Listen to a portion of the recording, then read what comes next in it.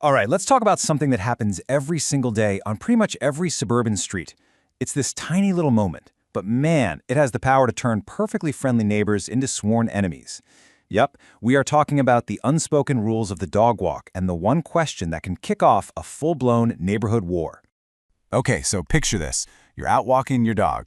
You do the right thing, you bag the poop, but now you're stuck holding this warm little present, and your house is still like 3 blocks away. And then you see it, your neighbor's trash can, just sitting there on the curb, practically calling your name. It is so tempting. But should you do it? Is it rude? That's the big question we're going to dig into. Now you might think, oh, the answer's obvious, but you would be wrong. So wrong. This one little thing has created a huge divide. Seriously, when you ask people about this, you don't just get an opinion, you get a full-on, passionate, deeply held belief. People are in one of two camps, and there's pretty much no in-between. So first, you've got the "it's fine" camp. These folks, often dog owners themselves, are basically like, look, I get it, as long as it's in a trash can and not on my lawn, who cares? It's better than the alternative, right? But then you have the "never in my bin" camp, and they are just as fired up. For them, it's simple. Your dog, your poop, your problem. You carry that thing all the way home to your own bin. Okay, so let's really get into this.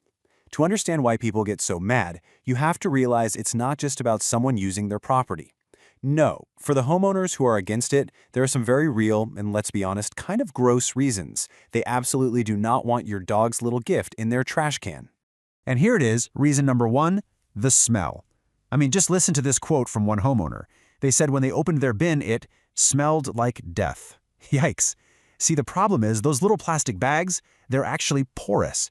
So on a hot day, that bag just sits in the can and bakes for a whole week. The result is this just awful stench that sticks around even after the trash is gone. But believe it or not, the smell isn't even the worst part. This right here is the number 1 fear, the absolute worst-case scenario, the dreaded bag burst. Just imagine it. Someone tosses the bag in, then something heavy gets thrown on top of it, and pop! You've now got a disgusting, smeared mess that the homeowner, the person who did nothing wrong, has to clean out of their own bin. It is infuriating. It's gross. Nobody, and I mean nobody, wants to deal with that. So, look, it's not like people are just being difficult for no reason. It really boils down to 3 solid objections. We've covered the horrible smells and that nightmare fuel scenario of a burst bag. But there's a third one, the sanitation workers. Think about it. If they're collecting trash by hand, they might just miss one tiny little bag. And even with those big automated arms, a small, light bag can easily get stuck at the bottom of the can, leaving the homeowner with a gross surprise for next week.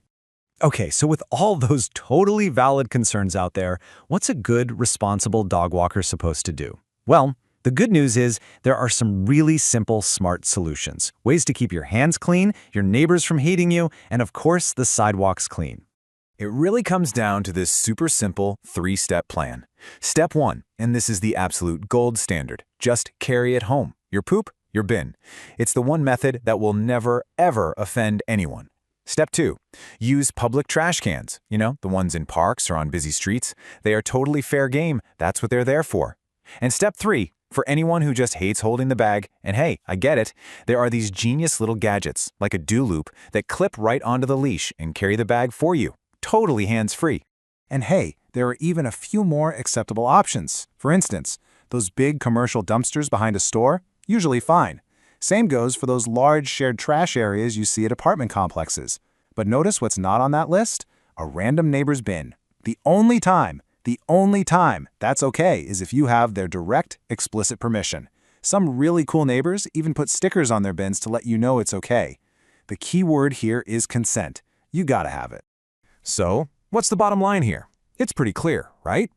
While it might seem like no big deal, tossing that bag into a neighbor's bin can cause some serious, legitimate frustration.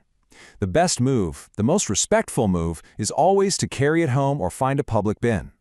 It's just a tiny little act of kindness that helps keep the peace in the neighborhood. And really, that's what this is all about, the unwritten rules we all live by. Which kind of makes you think, what's the one unwritten rule you really wish all your neighbors would follow?